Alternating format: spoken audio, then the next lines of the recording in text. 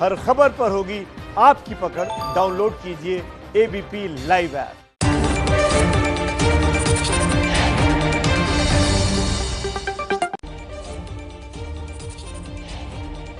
नमस्कार, master stroke में आप सभी का बहुत बहुत स्वागत है। आपके साथ हूं मैं रुबिका लियाकत। मास्टर स्ट्रोक के आज के एडिशन को आप कोरोना बजट एडिशन कह सकते हैं। कल पीएम मोदी ने 20 लाख करोड़ के आर्थिक पैकेज का ऐलान किया। आज वित्त मंत्री ने यह बताया कि उनमें से कितने पैसे किसे मिलने वाले हैं। आज मास्टर स्ट्रोक में हम आपको यह बताएंगे कि आपके हिस्से में कितना पैसा आएगा और वो कैसे आएगा। बजट एक गंभीर विषय होता है और सबसे बड़ी चुनौती होती है उसे आसान भाषा में समझना और समझाना। मास्टर स्ट्रोक की हमारी आज की यही कोशिश होगी, हम बता सके आपको कि सरकार क्यों चाहती है कि आप ज्यादा से ज्यादा खर्च करें, और अगर सरकार ऐसा चाहती है तो उसके लिए वो आपको कितने पैसे दे रही है। आज सरकार ने जो ऐलान किया है उससे ये पता चलता है कि अब आपके महीने की जो सैलरी है वो अगले 3 महीने तक 4% ज्यादा हो सकती है। पूरी खबर जानने से पहले आपको इससे जुड़ी हेडलाइंस जान लेनी चाहिए। टेक होम सैलरी ज्यादा करने के लिए सरकार ने बड़ा कदम उठाया। अगले 3 महीने तक ईपीएफ योगदान 12 से घटकर 10% हो गया है। अगर सैलरी 15,000 से कम है तो पीएफ का पैसा सरकार देगी। एम्प्लॉय और एम्प्लॉयर का पीएफ में योगदान अब 10% होगा।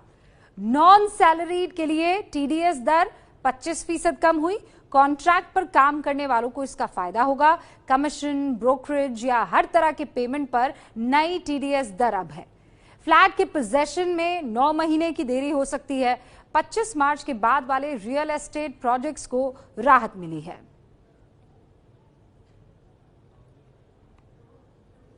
अब सरकार के आज के ऐलान को जरा विस्तार से आप समझ लें।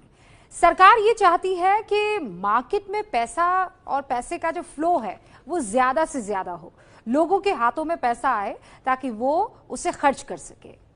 इससे डिमांड और सप्लाई की चेन जो है वो बनी रहेगी और अर्थव्यवस्था एक बार फिर से पटरी पर दौड़ने लगेगी। अब ये समझना जरूरी है कि 20 लाख करोड़ रुपए का जो ये फायदा है वो आम आदमी को कैसे मिलेगा। तो सबसे पहले बात करते हैं ईपीएफ यानी एम्प्लॉइज प्रोविडेंट फंड की। आपको पता है कि अभी कर्मचारियों की बेसिक सैलरी से 12% हिस्सा पीएफ का कटता है और इसमें 12% का हिस्सा जो है वो कंपनी देती है। सरकार ने आज इसमें कुछ बदलाव किए हैं, पहले आप उसे समझिए। सरकार ने तय किया है कि जिन कर्मचारियों की सैलरी 15,000 या ये इससे कम है उनके 24% का पूरा हिस्सा सरकार अपनी जेब से देगी। इससे कर्मचारियों की जेब में ज्यादा पैसा आएगा। प्रधानमंत्री गरीब कल्याण पैकेज में सरकार ने पहले मार्च, अप्रैल और मई में यह हिस्सा दिया था। अब आज सरकार ने ऐलान किया है कि जून, जुलाई और अगस्त में भी सरकार 24% का ये ईपीएफ जमा करेगी। सरकार का दावा है कि इससे कर्मचारियों को 2,500 रुपए का फायदा हुआ। अब सवाल यह है कि जिन कर्मचारियों की सैलरी 15,000 से ज्यादा है उन्हें सरकार की तरफ से क्या फायदा मिलेगा। हम आपको बता चुके हैं कि ईपीएफ में 12% का योगदान कर्मचारी और उसकी कंपनी देती है, लेकिन अब अगले 3 महीने के लिए कर्मचारी और नियोक्ता का पीएफ हिस्सा 12 के बजाय 10 हो गया है फीसद। यानी अभी तक जो पीएफ का 12% आपकी सैलरी से हिस्सा कटता था वो 10% हो गया है। इससे कर्मचारी की टेक होम सैलरी 4% बढ़ जाएगी। ये सिर्फ प्राइवेट कर्मचारियों पर ही लागू है। सरकारी कर्मचारियों को 12% ही पीएफ देना होगा और सरकार भी अपना 12% का हिस्सा देगी। सरकार का दावा है कि इससे अगले 3 महीने में 6,750 करोड़ रुपए की नकदी बढ़ेगी। हाउसिंग फाइनेंस कंपनीज और माइक्रो फाइनेंस इंस्टीट्यूट, इन सबके लिए जो इनके पास लिक्विडिटी की कमी आती थी, धन का अभाव होता था, उसके लिए ये नई योजना लेकर आए हैं जिसमें 30,000 करोड़ रुपए का विशेष तौर पर प्रावधान किया जाएगा। स्पेशल लिक्विडिटी स्कीम ये होगी जिससे इनके धन की आपूर्ति भी होगी और इसके माध्यम से जहां एक और हाउसिंग सेक्टर को बल मिलेगा, एमएसएमई सेक्टर को बल मिलेगा, उसका भी लाभ हमारी अर्थव्यवस्था में और नीचे आम आदमी को पहुंचेगा। ईपीएफ के बाद अब बात टैक्स पेयर यानी करदाता की भी करनी चाहिए। इस करदाता का जिक्र कल प्रधानमंत्री मोदी ने भी अपने संबोधन में किया था। देश का ये मिडिल क्लास, नौकरी पेशा या प्रोफेशनल आप मानिए, जो ईमानदारी से अपना टैक्स भरते हैं, आज इनके लिए भी वित्त मंत्री ने कुछ ऐलान किए हैं। इन्हें भी फटाफट से आप समझ लीजिए। पहली बड़ी राहत तो यह है कि इनकम टैक्स रिटर्न भरने की तारीख 30 नवंबर तक के लिए बढ़ा दी गई है। हमारे देश में बहुत से लोग ऐसे हैं जो नॉन सैलरीड होते हैं, फिर भी वो इनकम टैक्स तो देते हैं। ऐसे लोगों के लिए टीडीएस जो है वो 25% कम कर दिया गया है। यानी पहले अगर 100 रुपए टीडीएस कटता था तो अब 75 रुपए कटेगा। इसमें कॉन्ट्रैक्ट पर काम करने वाले, प्रोफेशनल फीस लेने वाले, ब्याज दरें, किराया, कमीशन या ब्रोकरेज लेने वाले शामिल हैं। ये टैक्स दरें अलग अलग होती हैं। ये कटौती कल यानी 14 मई से 31 मार्च 2021 तक लागू रहेगी। सरकार के मुताबिक इससे 50,000 करोड़ की नकदी का प्रवाह जो है वो बढ़ जाएगा। अब हमारे साथ दो आर्थिक जानकार हैं, एक तो शिशिर सिन्हा है और दूसरे प्रांजल शर्मा है। आपसे जुड़ी हुई बहुत सारी जानकारी इनके पास मौजूद है। तो पहले ईपीएफ पर मैं शिशिर से बात करूंगी। शिशिर, जो सबसे बड़ा सवाल है वो यही है कि ये जो 4% का फायदा है ये कब तक रहने वाला है, और अगर मान लीजिए ये 3 महीने के लिए है जैसा कि कहा जा रहा है, तो क्या इन 3 महीनों में भी स्लैब भी ऊपर नीचे हो जाएगा इनकम टैक्स के दायरे को जो हम देखते हैं? देखिए, इसके 2 हिस्से हैं। अगर आप पहला जो देखें, जो कि 3 महीने का जो अतिरिक्त योगदान सरकार की ओर से देने की बात की गई है, इसमें शर्त यह है कि एक ऐसी कंपनी जिसमें कर्मचारियों की संख्या 100 से ज्यादा नहीं होनी चाहिए और उस 100 में 90% ऐसे होनी चाहिए जिनकी तनख्वाह या आप मजदूरी जो भी आप नाम ले लीजिए वो 15,000 रुपए प्रति महीने से कम हो। उनके लिए जो आपका जो अगला 3 महीना है यानी कि जून, जुलाई और अगस्त, वहां पर 24% जो आपका बेसिक डीए और जो कुछ भत्ते मिलते हैं उनको जोड़ दिया जाए तो उसका 24% योगदान जो है वो सरकार देगी। तो इससे जो छोटे यूनिट्स हैं उनको काफी फायदा होगा, जो मझोले आकार की हैं उनको भी कुछ हद तक फायदा मिलेगा। अब जो इसके दायरे में नहीं आती हैं उनके लिए जो 2% कम देना, यानी कि 12% की जगह पे 10% देना है, 10% कर्मचारी का और 10% एम्प्लॉयर का, माफ कीजिएगा। इससे आप सीधे आप कहते हैं कि 4% का फायदा, ये केवल 3 महीने के लिए है। आपका इनकम टैक्स का जो स्लैब है पूरे साल की आमदनी के ऊपर निर्भर करता है, यानी कि 1 अप्रैल से लेकर के 31 मार्च के बीच में आप कितना कमाते हैं उसके आधार पर निर्भर करता है। अगर बीच के 2-3 महीने में थोड़ा ऊपर नीचे हो जाता है उससे फर्क नहीं पड़ेगा। अब आपके पास विकल्प क्या है? चूंकि सरकार ने इस साल के बजट में आपको विकल्प दिया है कि या तो आप जो रियायतें लेते हैं इनकम टैक्स की धारा 80C के तहत, उसको अगर आप छोड़ दें तो आपको कम इनकम टैक्स चुकाना है, और अगर आप रियायतें लेते हैं तो आपको जो सामान्य व्यवस्था है 5%, 20% और 30%, उसी व्यवस्था को चालू रखना है। अब यहां पर आपके सामने आप पूरे साल का आपका जो कैश का जो फ्लो है एक अंदाजा लग जाएगा, क्योंकि कई जो प्राइवेट सेक्टर में कंपनियां हैं उन्होंने जो वेतन में कटौती है उसका ऐलान कर दिया, तो एक आपको मोटा मोटी आइडिया मिल गया है कि आपकी तनख्वाह इस साल कितनी रहेगी। तो आप अपने नगद के प्रवाह को देखते हुए आप सरकार से माफ कीजिएगा जो एम्प्लॉयर हैं उनसे आप कह सकते हैं कि हम रियायत लेंगे या रियायत नहीं लेंगे, इसके ऊपर निर्भर करेगा। तो ये 3 महीनों के आधार पे आपका जो इनकम टैक्स का स्लैब है उसमें कोई बदलाव नहीं होने वाला। लेकिन 3 महीने में हमारे पास नकद जो है बेसिक के रूप में ही वो हमें मिल जाएगा, ज्यादा मिलेगा, 4% ज्यादा मिलेगा, राइट शिशिर?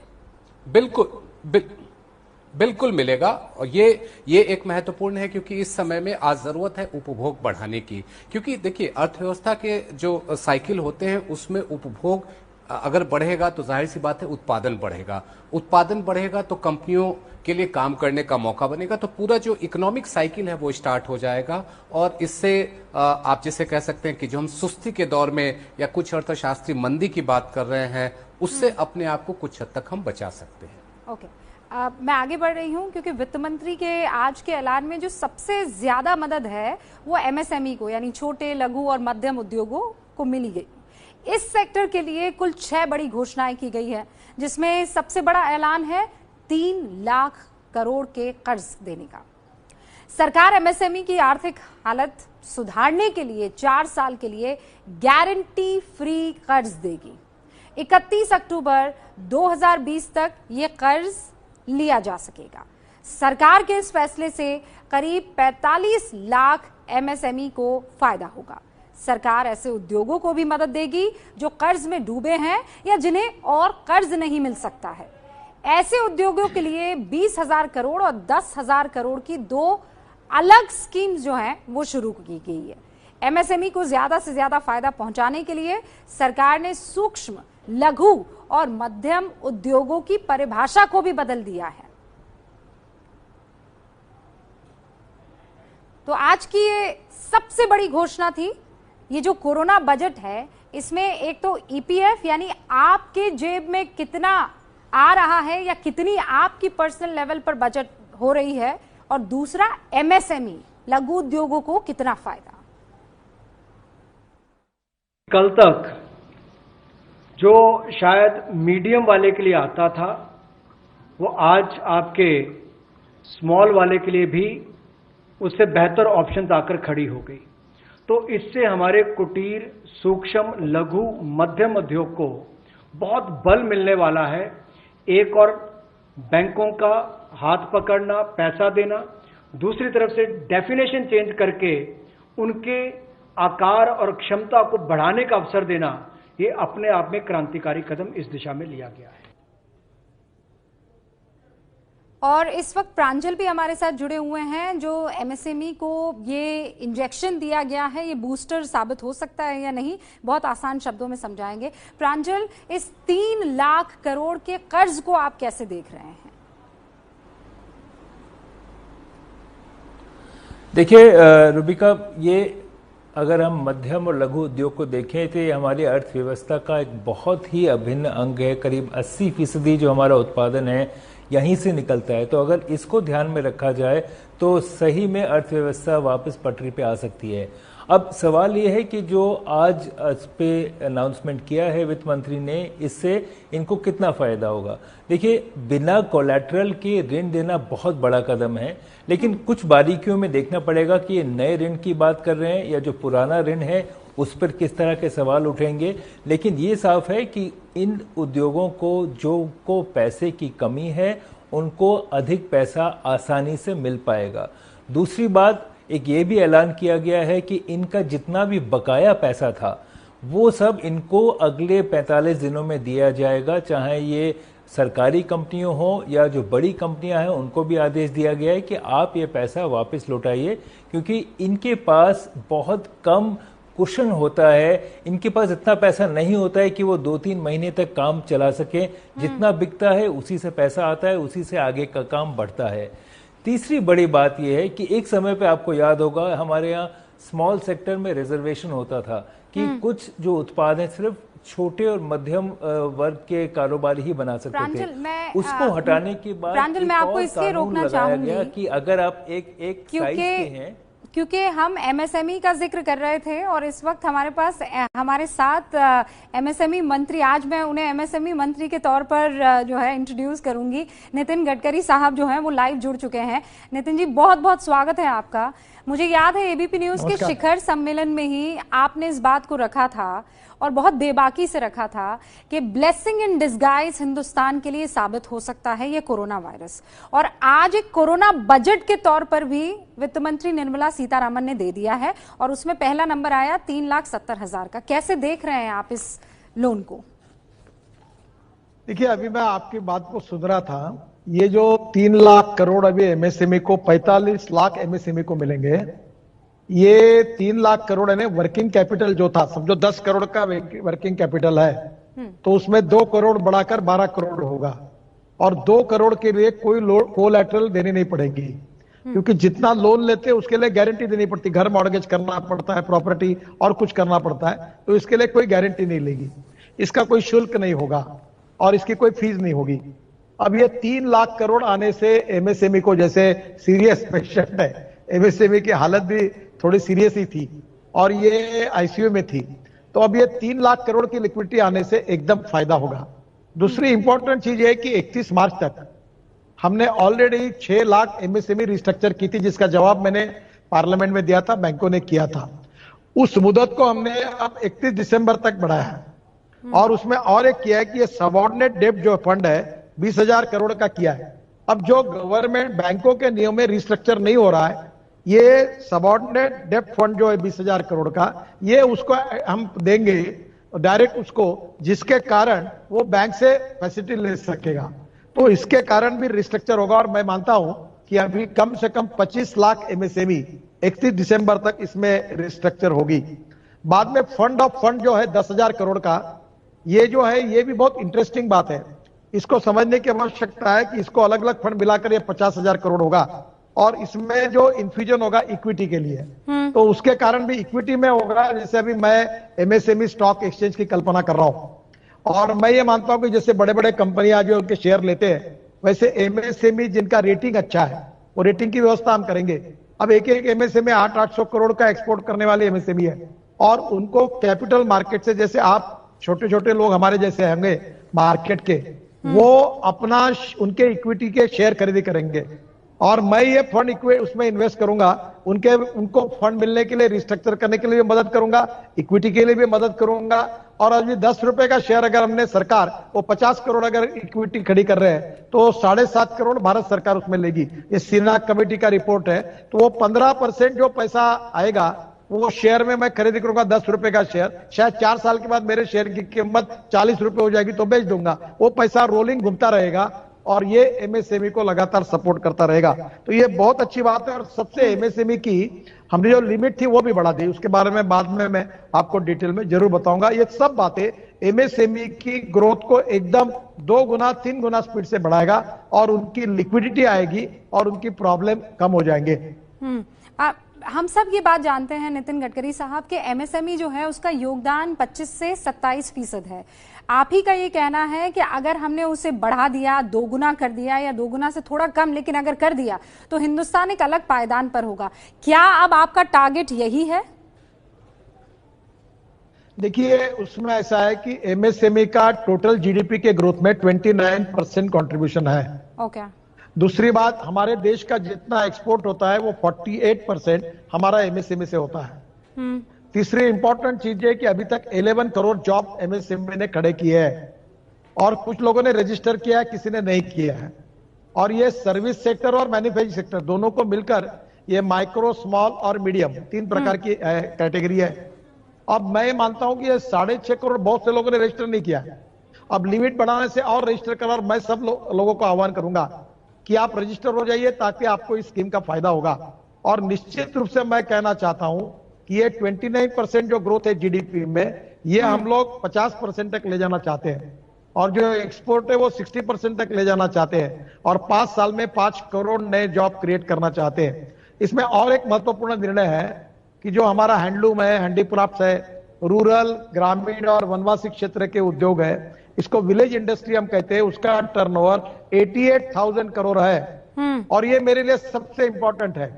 और मैं अब biofuel, Honey, bamboo, fishing MSME, agro MSME, और ये अलग अलग प्रकार के इसके लिए कैटेगरी में हम लोग अब रूरल, एग्रीकल्चर और ट्राइबल और 115 एस्पिरेंट डिस्ट्रिक्ट में जाना चाहते हैं, और इसको मैं 2 साल के अंदर 5 लाख करोड़ की विलेज इंडस्ट्री बनाना चाहता हूं। अगर ये हो जाएगा तो हिंदुस्तान के गांव सुखी, समृद्ध, संपन्न होंगे, और जो देहात में इंडस्ट्री खोलेगा उसकी पॉलिसी एग्रो एमएसएमई करके हम अलग से तैयार कर रहे हैं। और उसमें इंपॉर्टेंट चीज है कि ये जो ब्लेसिंग इन डिस्गाइज है, कि चाइना के बारे में जापान के प्रधानमंत्री ने कहा है कि जापान के लोगों की जो भी इन्वेस्टमेंट और इंडस्ट्री चाइना में है, वो अगर चाइना के बाहर निकलना चाहते तो बड़ा पैकेज उन्होंने दिया है। तो अभी सभी देश जो वेस्टर्न कंट्री है उनकी रिएक्शन चाइना के प्रति अच्छी नहीं है, तो क्यों नहीं हमें ब्लेसिंग इन डिस्गाइज मानकर ये कैपिटल इन्वेस्टमेंट हमारे एमएसएमई में लाए, हमारे सेक्टर में लाए, टेक्नोलॉजी का अपग्रेडेशन करे, हमारा एक्सपोर्ट बढ़ाए और इंपोर्ट को कम करे और एम्प्लॉयमेंट पोटेंशियल बढ़ाए, रोजगार निर्माण करे और उससे गरीबी दूर करे। यही हमारी लाइन है और इसी पे हमको काम करना होगा। नितिन गडकरी साहब, आप बहुत सकारात्मक दिख रहे हैं और आप के सामने एक पूरा का पूरा रोड मैप मुझे दिख रहा है आपकी आंखों के सामने, लेकिन जो विपक्ष में बैठे लोग हैं, चाहे वो पश्चिम बंगाल की ममता बनर्जी हो, वो ये कह रही है नितिन जी कि ये जीरो है, जीरो शब्द का उन्होंने इस्तेमाल किया है। पी चिदम्बरम ये कह रहे हैं कि स्टिमुलस पैकेज नहीं है, ये तो आपने कर्ज मुहैया कराया है। कांग्रेस के बहुत सारे जो नेता हैं, बड़े नेता हैं, वो ये कह रहे हैं कि ये पैकेज नहीं दिया है, सरकार ने पैकेजिंग की है, ये हेल्पलाइन नहीं है, ये महज हेडलाइन है। आप इनको कैसे समझाएंगे? देखिए, जो सोया है उसको जगाया जा सकता है, पर जिसने सोने का ढोंग किया उसको जगाना मुश्किल होता है। विपक्ष में मैं भी बीजेपी का अध्यक्ष था और लीडर ऑफ ऑपोजिशन था। दुर्भाग्य से ऐसी स्थिति है कि विपक्ष को विरोध में बोलते ही है और नहीं बोलेंगे तो आप जैसे मीडिया के लोग बोलते हैं इनको मैनेज किया है, तो ये स्वाभाविक रूप से ये रिएक्शन है। मुझे लगता है कुछ लोग तो पैकेज डिक्लेयर होने के पहले अपने रिएक्शन तैयार कर लेते हैं, तो मैं उसमें जाना नहीं चाहता। पर एक बात आपको मैं जरूर समझाना चाहूंगा कि जिस प्रकार से ये पैकेज मिला है, इससे एमएसएमई को एक्चुअल लिक्विडिटी बढ़ाने में इसका उपयोग होगा। इसके कारण काफी बड़े उसके इंपैक्ट है। मार्केट में 20 लाख करोड़ की अगर लिक्विडिटी बढ़ेगी तो परचेसिंग पावर बढ़ेगी, इससे इकोनॉमी एक्सीलरेट होगी, गवर्नमेंट का रेवेन्यू उस प्रोपोर्शन में बढ़ेगा। उदाहरण के लिए मैं आपको बताता हूं कि आपके स्टूडियो में काम करने वाले किसी सैलरी वाले को अगर आप ये पैकेज अगर इंडस्ट्री को मिला तो उसका फायदा उसको मिलेगा।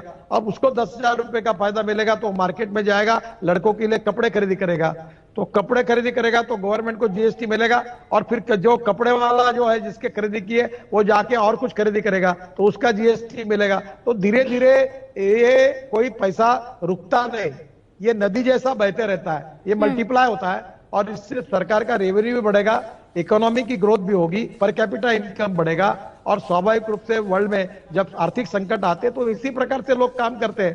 तो मुझे लगता है अब उनकी बातों को मैं कोई पॉलिटिकलाइज नहीं करूंगा, पर मैं एक बात कहूंगा कि इस समय देश संकट से गुजर रहा है, पूरे विश्व संकट में है। जात पंथ धर्म भाषा राजनीति से ऊपर उठकर हम सबको कोरोना के खिलाफ भी लड़ाई लड़नी है, वो भी जीतनी है, और दूसरी ओर हमको इकोनॉमिक वॉर भी जीतनी है। हमको सबको एक होकर इस समय हम राजनीति न करते हुए देश के विकास के लिए एक होकर एक दिशा में जाए तो उसमें देश का कल्याण है। ये खत्म होने के बाद हर व्यक्ति को लोकतंत्र में आप पार्टी को अपनी राजनीति करने का अधिकार है, वो जरूर करे, उसमें कोई आपत्ति नहीं है। नितिन गडकरी, क्या ये कोविड-19 से लड़ने के लिए नहीं, महज उसके लिए नहीं, एक सशक्त और आत्मनिर्भर भारत बनाने की कवायद है? और इस बीच में बता दूं नितिन जी, स्मृति ईरानी भी हमारे साथ जुड़ चुकी है, केंद्रीय मंत्री। इनफैक्ट वो स्क्रीन पर नजर आ रही है, पर मैं चाहती हूं आप इसका जवाब दें। स्मृति जी, आपका भी स्वागत है इस बीच।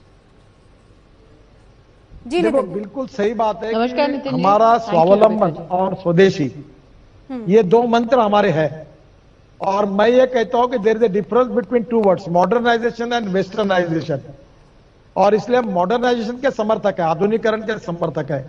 और सबसे इंपॉर्टेंट चीज है innovation, entrepreneurship, science, technology, research, skill and experiences, इसको हम नॉलेज कहते हैं। और मैं दो बातों का बहुत वकालत करते रहता हूं, एक conversion of knowledge into wealth और दूसरा conversion of waste into wealth. और हमको एग्रीकल्चर, रूरल और ट्राइबल में एग्रो एमएसएमई, फिशिंग एमएसएमई, ये अलग अलग प्रकार की एमएसएमई करनी पड़ेगी, जिसमें हम लोग एग्रीकल्चर, रूरल, ट्राइबल और 115 एस्पिरेंट डिस्ट्रिक्ट में हमारा इंडस्ट्री लेके जाए। आपको एक गंभीर बात बताता हूं जिसके लिए आप कभी जरूर कार्यक्रम करना, कि ये जो नोएडा, गुड़गांव, मुंबई, पूना, फिर चेन्नई, बेंगलोर जो आता वो वही चला जाता है।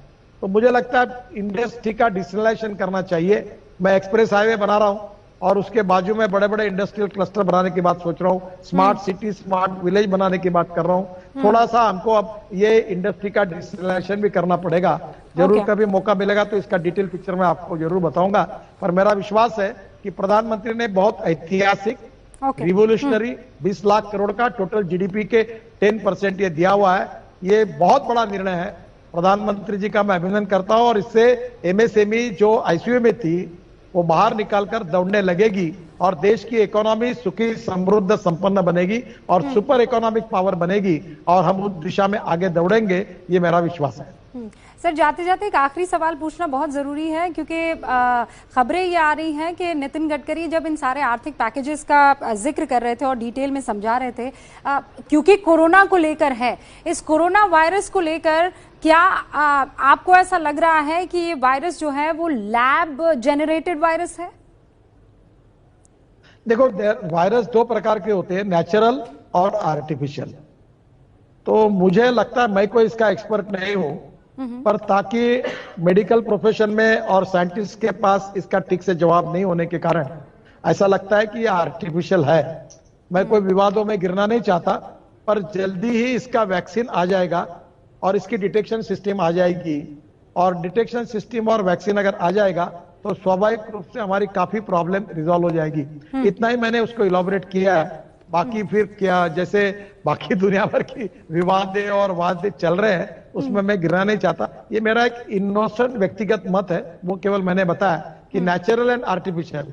अगर नेचुरल होता तो हमारे पास उपाय होते। अभी डेंगू मलेरिया के हमारे पास वैक्सीन है, पर ये अचानक आया है, तो ये इसलिए मैंने कहा कि आर्टिफिशियल है। तो अब शायद हमारी साइंटिस्ट और हमारे मेडिकल प्रोफेशन के लोग अगर इसका ठीक प्रकार से वैक्सीन ढूंढेंगे और हमने एक बार वैक्सीन लिया तो हमें कोई प्रॉब्लम नहीं आएगा। तो बाकी इसके बाकी विवादों में मैं गिरना नहीं चाहता। ये मेरा इनोसेंट व्यक्तिगत मत था, उतना मैंने कहा। ऑलराइट सर, बहुत बहुत शुक्रिया, ऑल द बेस्ट। और अब आपके लिए बहुत सारे चैलेंजेस सामने हैं, आत्मनिर्भर भारत के लिए एमएसएमई का बड़ा योगदान, और आप ही इस वक्त एकदम सेंटर में है उसके। बहुत बहुत शुक्रिया। और अब Smriti Irani, minister of textiles, हमारे साथ जुड़ चुकी हैं। स्मृति जी, बहुत बहुत शुक्रिया हमें वक्त देने के लिए। लेकिन ये 20 लाख करोड़ का पैकेज कैसे देख रही हैं आप इसे? एक मानवीय पैकेज जो भारत का रीसेट बटन दबाता है ताकि भारत आत्मनिर्भर बने, एक सशक्त इकोनॉमी के रूप में एक महामारी जिससे पूरा विश्व ग्रस्त है उसमें पैनिक से अपॉर्चुनिटी के सफर को प्रमाणित करता हुआ ये पैकेज है। और अब तक सरकार के जो प्रयास है, मेरा यही दृष्टिकोण है इसके बारे में। स्मृति जी, कपड़ा मंत्रालय को क्या उम्मीदें हैं और आपको क्या लगता है आत्मनिर्भर भारत में आपकी टेक्सटाइल मिनिस्ट्री कितना योगदान देने वाली है और कहां आप हिंदुस्तान को देखती हैं?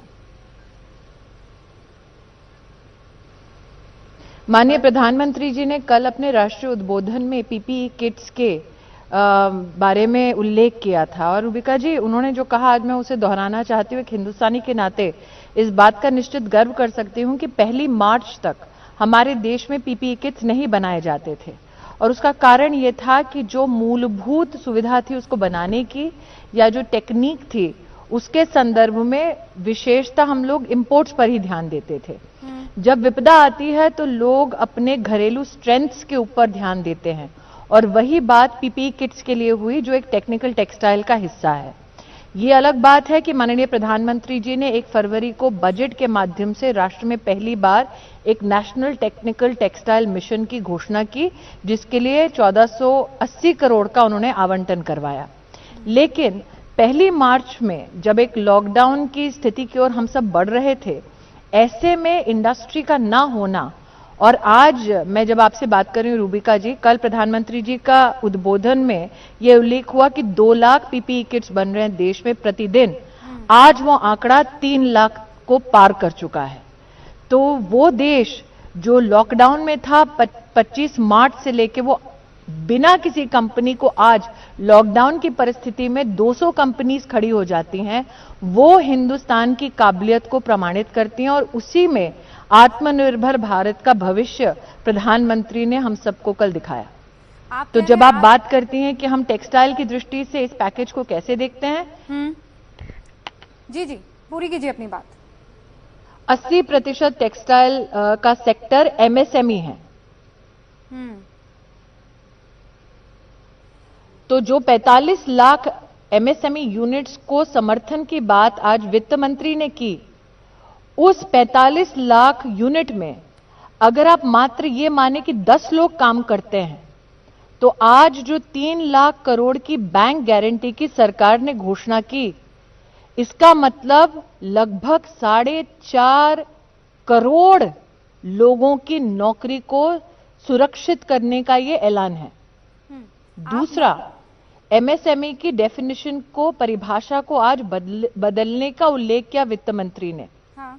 पहले जब इन्वेस्टमेंट की दृष्टि से एमएसएमई को देखा जाता था तो प्लांट और मशीनरी तक उस इन्वेस्टमेंट को देखा जाता था। अब जो रीडेफिनेशन की वित्त मंत्री जी ने बात की है, उसमें एंटायर इन्वेस्टमेंट को देखा जाएगा।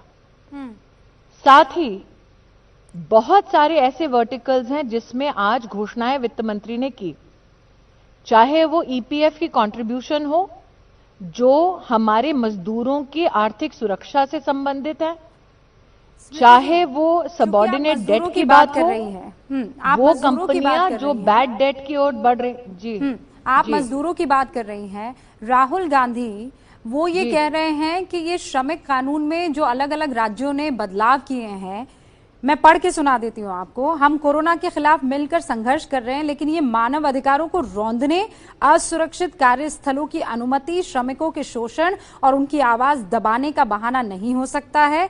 यानी ये जो श्रम कानून में संशोधन हुआ है, इन मूलभूत सिद्धांतों पर कोई समझौता नहीं हो सकता। राहुल गांधी कह रहे हैं कि आप उनकी आवाज दबाने का काम कर रहे हैं। देखिए, जो व्यक्ति रेड जोन को ग्रीन जोन, ग्रीन जोन को रेड जोन, इसी परिभाषा में लिप्त हो जाता है, उसके उच्च कोटि के मानसिकता के साथ रोज द्वंद्व करना हम जैसे साधारण लोगों के लिए कठिन हो जाता है।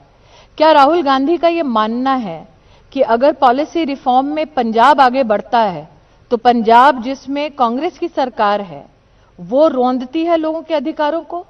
महाराष्ट्र में आज इस महामारी की वजह से बहुत बड़ी चुनौती है जहां पर कांग्रेस की सरकार है। तो क्या राहुल गांधी का यह मानना है कि उनकी अपनी सरकार सबके अधिकारों को रौंदती है? छत्तीसगढ़ अगर बदलाव करना चाहे ताकि लोगों की आर्थिक व्यवस्था की दृष्टि से वो सुदृढ़ करने का प्रयास करे, तो क्या उनका मानना है कि छत्तीसगढ़ की सरकार लोगों के अधिकारों को रौंदती है? तो मैं काल्पनिक बातों के ऊपर टिप्पणी करने की बजाय जो तथ्य हैं उन पर जवाब देना बेहतर समझती हूं। तथ्य क्या है? जो मैंने आपको पहले कहा, 45 लाख एमएसएमई यूनिट में मान लीजिए कम से कम अगर 10 लोग ही काम करते हैं तो आज 4.5 करोड़ लोगों की नौकरियों को बचाने का ऐलान हुआ है। क्या राहुल गांधी को इस बात से दुख है कि 3 लाख करोड़ की बैंक गारंटी सरकार दे रही है ताकि 4.5 करोड़ लोगों की नौकरियां बचे?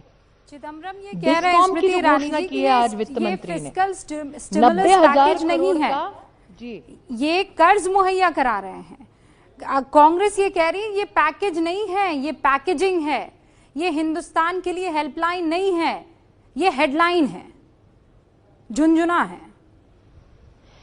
देखिए, जिन लोगों ने हिंदुस्तान की अर्थव्यवस्था को अपने तिजोरियां भरने, अपने लिए एक लाइफलाइन बनाया था, आज उनको निश्चित रूप से कष्ट होगा। और ये मैं रिटोरिक के संदर्भ में नहीं बोल रही हूं। 2008-9 में जब यूपीए की सरकार ने पैकेज घोषित किया तो क्या एंड कंज्यूमर तक उसकी व्यवस्था का कहीं ना कहीं लाभ पहुंचे, उसकी कहीं भी परिभाषा आपको दिखी? आज जो मैं डिस्कॉम की बात करती हूं, 90,000 करोड़ के पैकेज की उसमें बात करती हूं, तो अगर आप उसका फाइन प्रिंट पढ़ें तो उसमें लिखा हुआ है कि जो एंड कंज्यूमर है उसकी फिक्स चार्जेस में रियायत ये डिस्कॉम कंपनियां देंगी अगर वो सरकार से रिलीफ पाती हैं। तो अगर आज कंज्यूमर को इस पैकेज से राहत मिलती है तो चिदम्बरम जी को उससे क्यों तकलीफ है? वो ये कह रहे हैं कि आपने वादा किया था राहत देने का, कर्ज देने का नहीं। ये भी कहा जा रहा है कि 20 लाख करोड़ में 10 लाख करोड़ के ऊपर तो पहले से ही आवंटित किए जा चुके हैं, उसको आज कोविड-19 के राहत पैकेज से जोड़कर कैसे देखा जा सकता है? रूबिका जी, बिल्कुल नहीं। अगर मैं पीपीई का आपको एक उदाहरण बताती हूं। पीपीई की आज इंडस्ट्री 7,800 करोड़ की इंडस्ट्री हो गई है मात्र 1.5 महीने में, और उसमें सरकार की 1 भी रुपए की सब्सिडी नहीं गई है। लेकिन आज जो घोषणा हुई है 3 लाख करोड़ की बैंक गारंटी की, जब तक वो राहत एमएसएमई यूनिट को नहीं पहुंचेगी तब तक उस राहत का लाभ उस मजदूर को या उस एम्प्लॉय को कैसे होगा? आज एमएसएमई की डेफिनेशन को बदलना और सूक्ष्म उद्योग के ऊपर, सूक्ष्म मतलब तहसील लेवल की इकोनॉमी में जो अपना योगदान देते हैं, उस संदर्भ में अगर वित्त मंत्री घोषणा करती हैं तो कांग्रेस पार्टी के इस नेता को तो खुशी होनी चाहिए। आप अगर जो वित्त मंत्री ने आज उल्लेख किया उसमें एक छंद पढ़ें, हमारी सरकार ने इन 3 महीनों के लिए 80 करोड़ लोगों को अनाज मुहैया करवाया जी। 20 करोड़ महिलाओं को उनके बैंक के खाते में 500 रुपए ट्रांसफर किए 3 महीने के लिए। मैं महिला बाल विकास मंत्रालय के माध्यम से कह सकती हूँ रूबिका जी, लॉकडाउन के पीरियड में गर्भवती महिलाएं नई बेनिफिशियरी 4.5 लाख हमने सम्मिलित किए हैं सिस्टम में। आंगनवाड़ी की हमारी बहनें, फ्रंटलाइन वर्कर्स जिन्हें कहा जाता है, लॉकडाउन के पीरियड में घर घर जाकर, और आज हर राज्य से जो कांग्रेस शासित है उनसे भी आंकड़ा है हमारे पास, लगभग 9 करोड़ परिवारों तक, अपार्ट फ्रॉम जो राशन जिसको उल्लेखित किया है वित्त मंत्री ने, टेक होम राशन 9 करोड़ गर्भवती महिलाओं के घर तक या लैक्टेटिंग मदर्स के घर तक आंगनवाड़ी की बहनों ने पहुंचाया है। तो पैकेज का एक छंद है जो इंडस्ट्री से ताल्लुक रखता है, जो मानवीय छंद है, उसको कांग्रेस कैसे नकार सकती है? स्मृति ईरानी जी, आप ये कह रही हैं कि आपने इन तमाम लोगों तक सेवाएं जो हैं पहुंचाई हैं, या ये आपका फर्ज था, कर्तव्य था, या आपको करना चाहिए था, लेकिन वो तमाम मजदूर जो पलायन करने पर मजबूर हैं, वो तमाम लोग जो चाहते हैं कि सरकारें उनको मदद करें लेकिन नहीं हो पा रही है, इसकी जवाबदेही किसकी है? कौन ये जिम्मेदारी लेगा? ये तस्वीरें कोई नहीं भूल सकता है कि मजदूर सब कुछ छोड़ छाड़ के वहां पहुंचे। सरकारें रूबिका जी, जैसा कि नितिन गडकरी जी ने अपने इंटरव्यू में आपसे कहा, आज जिस आर्थिक व्यवस्था को हम लोग रिसर्जेंस की दृष्टि से या एक नए तरीके से उसको सशक्त करने का प्रयास कर रहे हैं, हमने किस प्रकार से इंडस्ट्रियल क्लस्टर्स को डेवलप होते देखा है। एमएसएमई का ये जो पैकेज है, मजदूर क्यों जाता है अपना गांव छोड़कर शहर में? वो जाता है नौकरी की तलाश में, पैसे की तलाश में, अपॉर्चुनिटी की तलाश में। आज का जो पैकेज है वो कहता है कि हम आपके गांव में आपकी व्यवस्थाओं को सुदृढ़ करेंगे ताकि नौकरियों का जो सबसे ज्यादा आपको मौका मिले आपके आसपास मिले। एमएसएमई में फूड प्रोसेसिंग, एग्रो प्रोसेसिंग, ये सब उसका हिस्सा है। तो अगर हमें इन सब विषयों को सशक्त करना है तो इस प्रकार की घोषणा का स्वागत होना चाहिए। और शायद इसीलिए आप रीसेट बटन से हुई है का इस्तेमाल सिर्फ भारतीय जनता पार्टी शासित राज्यों में होगी, इसीलिए आप रीसेट बटन का इस्तेमाल कर रही हैं कि वो रीसेट बटन है, ये जो 20 लाख करोड़ का पैकेज जो है रीसेट जी। और आज ये भी सत्य है, हाँ मेरे पास रूबिका जी, ये भी सत्य है कि जब ये महामारी आई, हाँ, जब इस महामारी ने हिंदुस्तान में दस्तक दी, तब लॉकडाउन सभी के साथ परिचर्चा का परिणाम हुआ। उसमें कांग्रेस शासित राज्य भी समर्थक थे। ओके। श्रमिक ट्रेन जब चली तो प्रधानमंत्री जी गत 6 वर्षों से कोऑपरेटिव फेडरलिज्म की बात कर रहे हैं, तो अमेठी लुधियाना से ट्रेन आई, हमने बात की डीएम से वहां पे। ओके तो अगर हम राजनीतिकरण करते रहेंगे तो राष्ट्रहित और जी, क्योंकि वक्त इतनी ही इजाजत दे रहा है स्मृति जी, मैं आगे भी आपका वक्त चाहूंगी, इस पर जरा और चर्चा होनी चाहिए और गहन चर्चा होनी चाहिए। बहुत बहुत शुक्रिया हमारे साथ जुड़ने के लिए और इन सारी बातों को हम तक पहुंचाने के लिए। तो रीसेट बटन स्मृति ईरानी जो है वो कह रही हैं कि ये जो 20 लाख करोड़ का पैकेज है, हिंदुस्तान आत्मनिर्भर कैसे बनेगा, वो आसान शब्दों में समझाती हुई। बहुत बहुत शुक्रिया स्मृति जी।